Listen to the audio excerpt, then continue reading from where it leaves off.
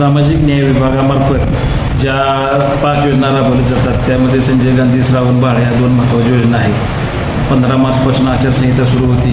15 मार्चपूर्वी आम्ही 8 सभा घेऊन सर्व आमच्याकडचे प्रलंबित अर्ज निकाली काढले होते. आचारसंहितेपासून जे अर्ज प्रलंबित होते असे 161 अर्ज आज आम्ही निकाली काढून 161 लाभार्थ्यांची पेन्शन जी प्रति महिना 1500 रुपये आहे ती मंजूर केलेली आहे. एवढंच नव्हे तर विभागात जो ऑनलाईन DBT पोर्टलद्वारे वाटप होणार आहे त्यामध्ये फक्त सांगोला तालुक्याची पुणे विभागात फक्त सांगोला तालुक्याची डाटा एंट्री झाली असून सांगोला तालुका ह्या डायरेक्ट DBT म्हणजे शासनाकडून थेट पैसा लोकांच्या खात्यात जमा होण्यासाठी जी कारवाई आहे त्यात सुद्धा सांगोला तालुक्यानं आपलं काम केलेलं आहे. फक्त विभागात किंवा आपल्या जिल्ह्यात सांगोला तालुक्याचंच काम झालेलं आहे.